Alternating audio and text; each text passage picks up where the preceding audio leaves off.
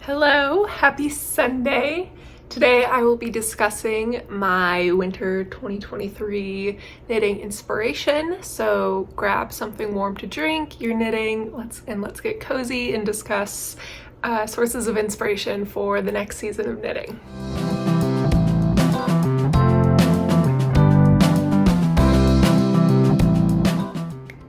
All right, thank you for joining me here today. Like I mentioned, we will be discussing knitting inspiration for the winter 2023 season.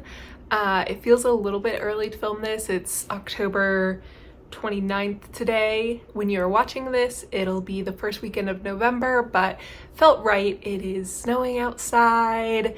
November is almost here, and I need to start thinking about what I will knit in the winter season if I want to get anything done. So without further ado, let's get started.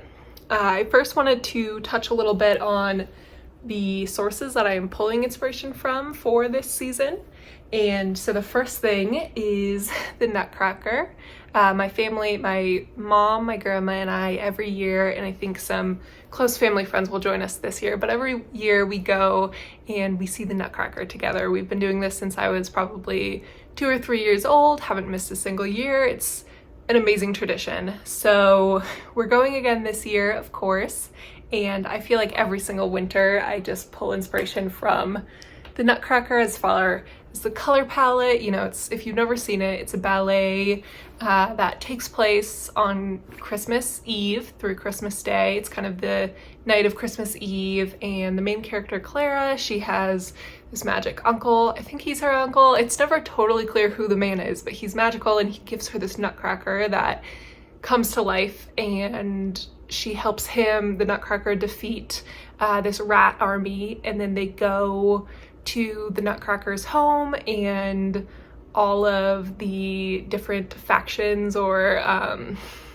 regions give gifts to Clara for helping protect their world. So there's the Sugar Plum Fairy, the Snow Fairies, there's oh my gosh, Mother Ginger. Those are some of my favorites, but there's so many fun dances, and it's just beautiful ballet, and it definitely has a pretty distinct color palette. The Sugar Plum Fairy is like purples, like pinks. There's the Snow Fairies all in this like very, very light blue.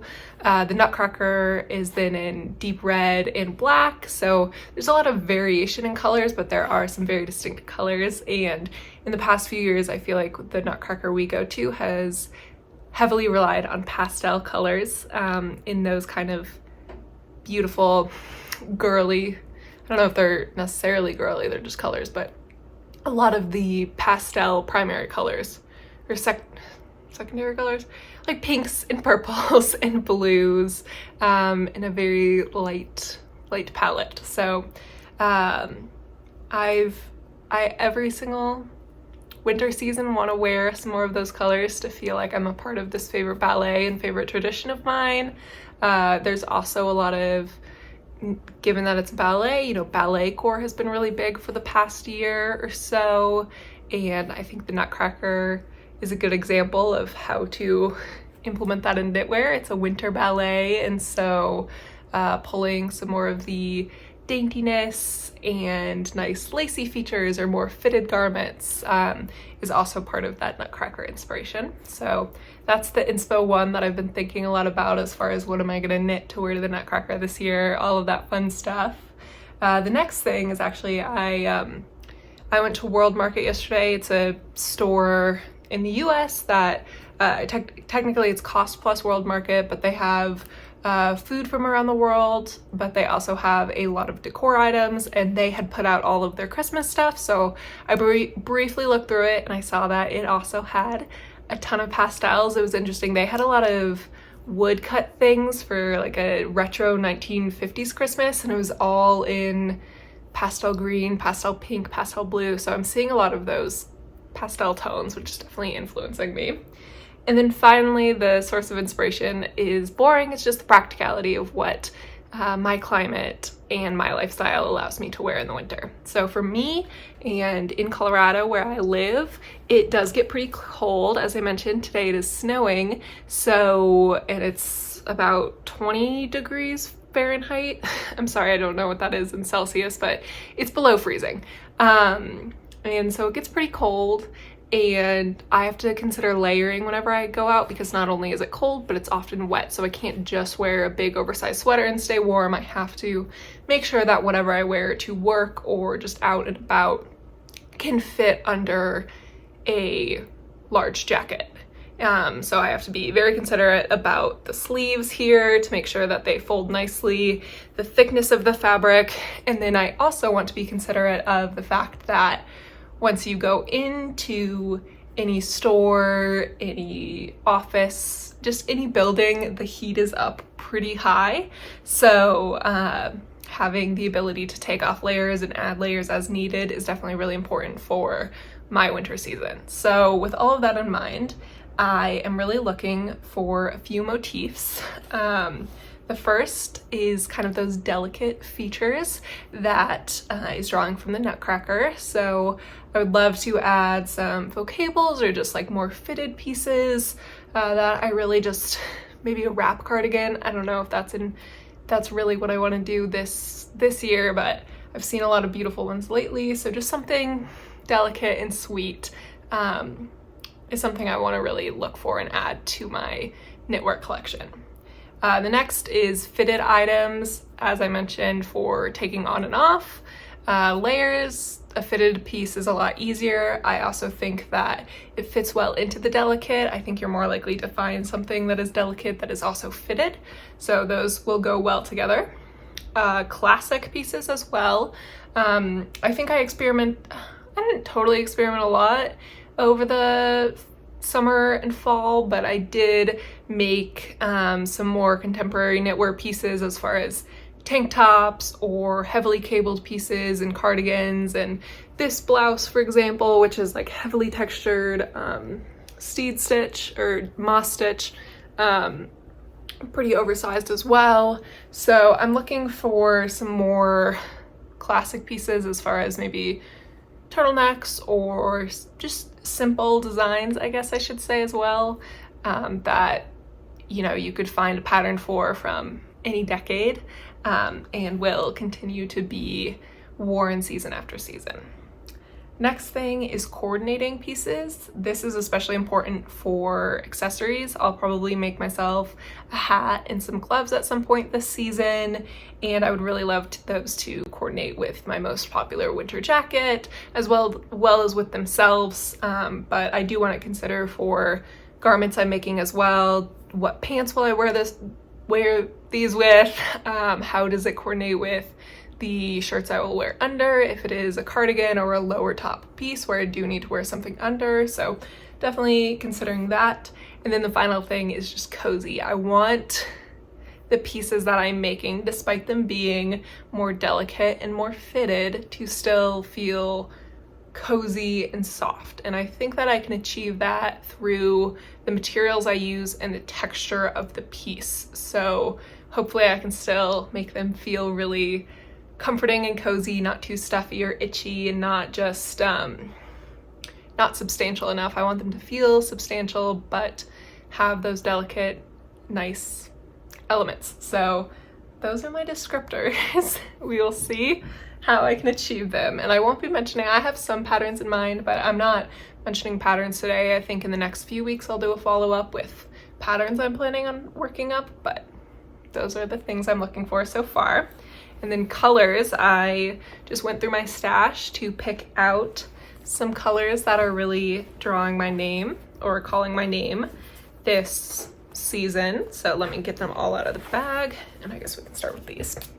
So first of all, this is a very neutral, it's actually undyed. It's the color Wintergrass from Pearl Soho's Goodwill, and I'm actually planning on pairing it with this Drops Alpaca Silk Mohair. It's the color 20. I think it's like a powder pink or something, and I think that this combo will give a really nice subtle pink color. I have a lot of pink in my knitwear wardrobe, as you can see from my swatch collection, but I love pink, and I think that it's the perfect season to add it. Winter to me is like a delicate pink season. I think there's a pink for every season, but winter is one of my favorite because it is this like soft pastel sweet pink. So I'm planning on holding these together for maybe a self-drafted design. I'm not sure yet, but I think that this one on its own is just beautiful.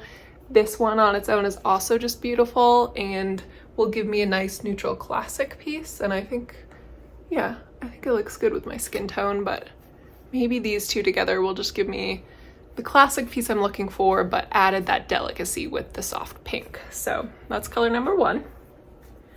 Color number 2 is also pink. I actually made a cardigan out of this yarn a few months ago, and I had a full extra skein when I was done. I severely cropped the cardigan. I could have made it longer, but I ended up with the length I have, and now I have this extra skein of yarn.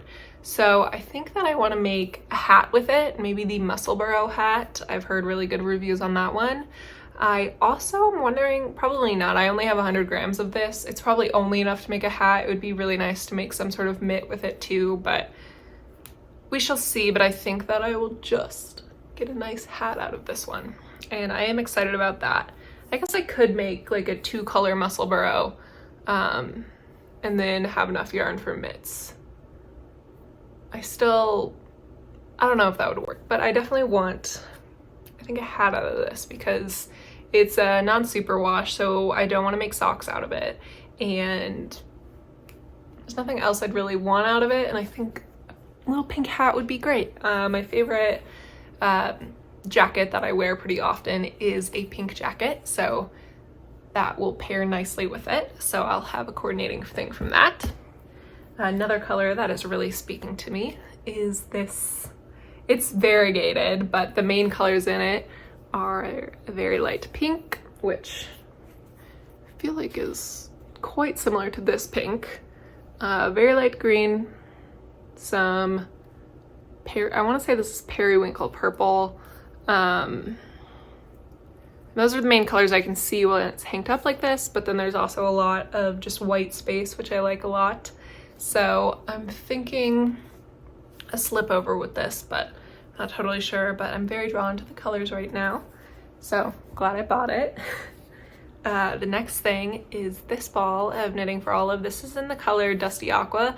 I think this is actually discontinued. I got it on sale at my local yarn store, I think because it was discontinued. So just got 1 ball of this. I have a plan for it for the specific ball.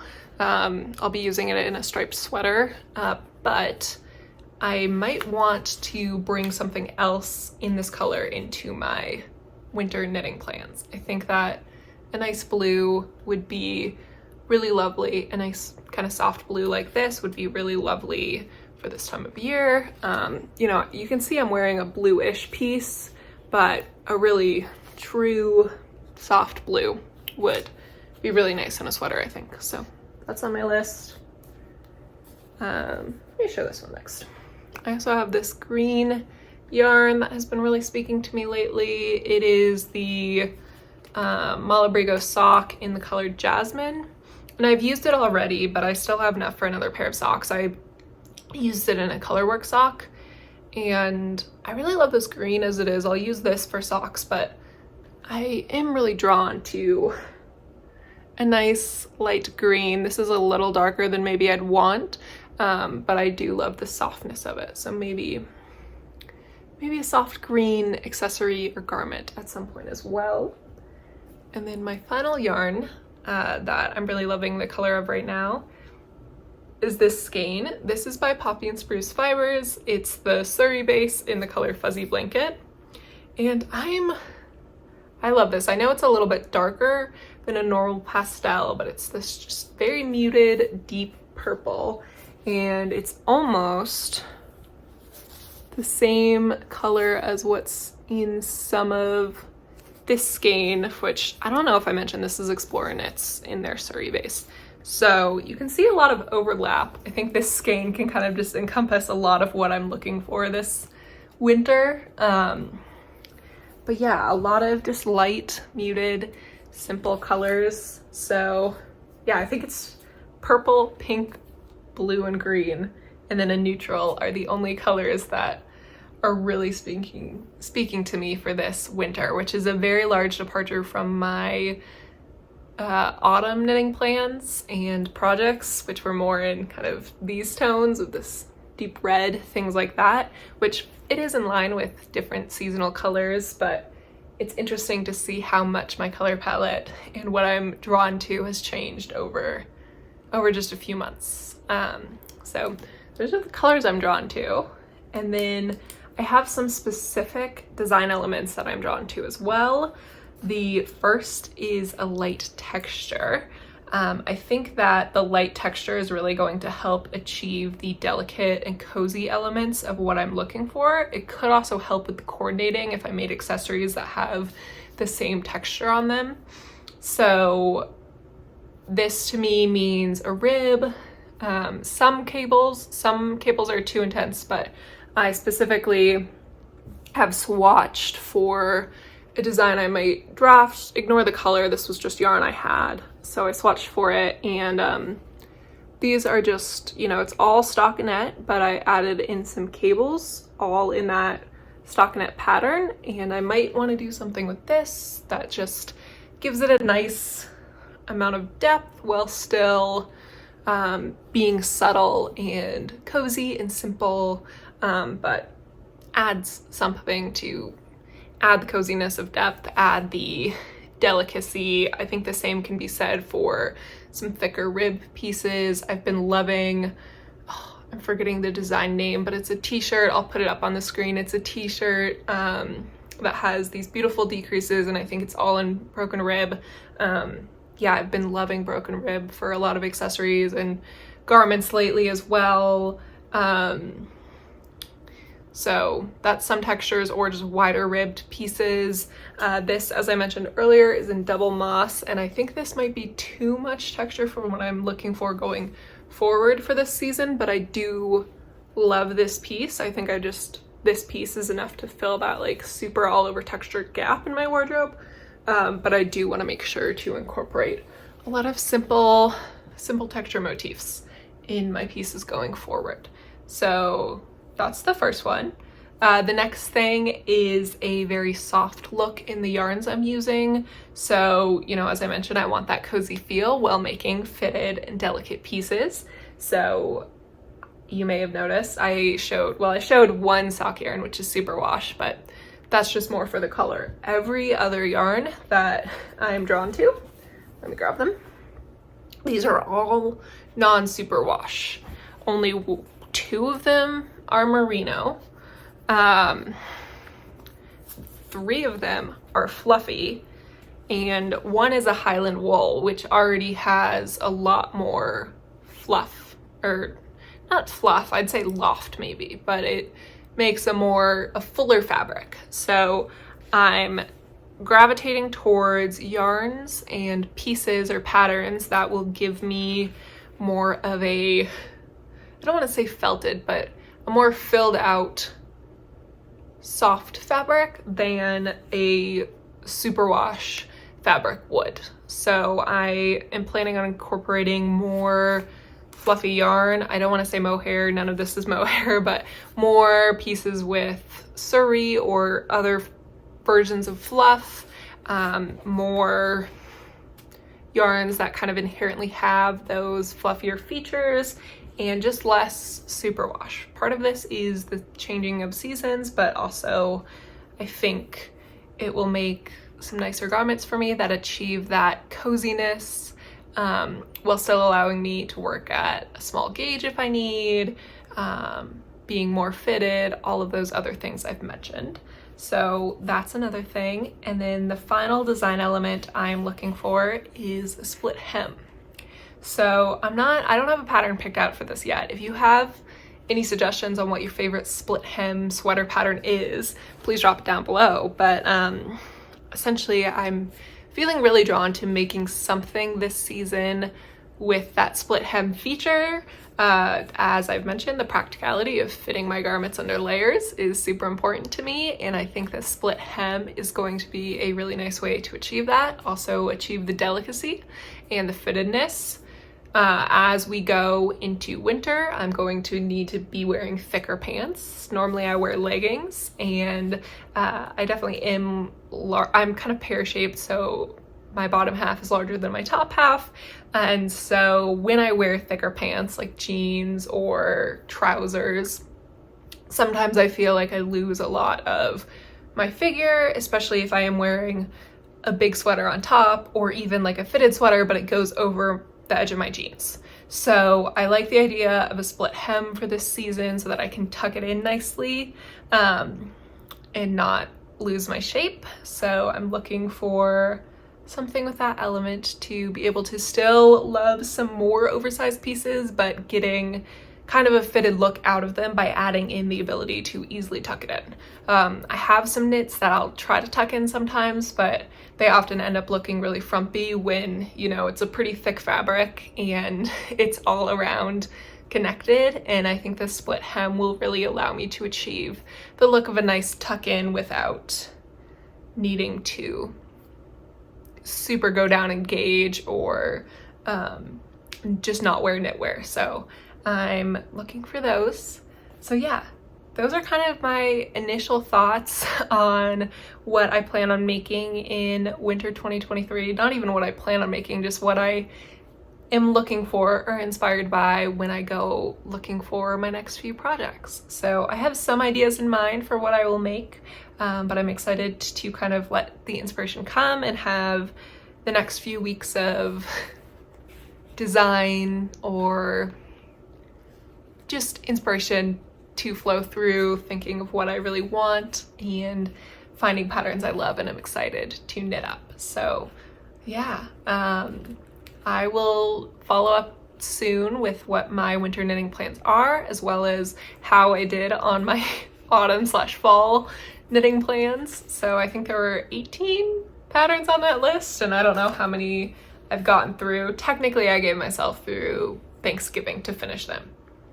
So I could still finish that list off, but I will give an update on that and an update on what I'm actually planning on making. So I hope that this has helped you start thinking about what you want to make this winter. Please let me know if you have some similar sources of inspiration or what you're feeling really drawn to right now, or if you want me to shut up, it's still fall, don't talk about winter yet.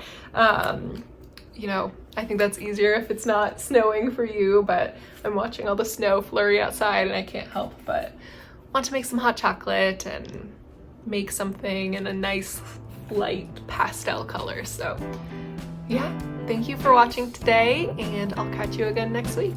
Bye!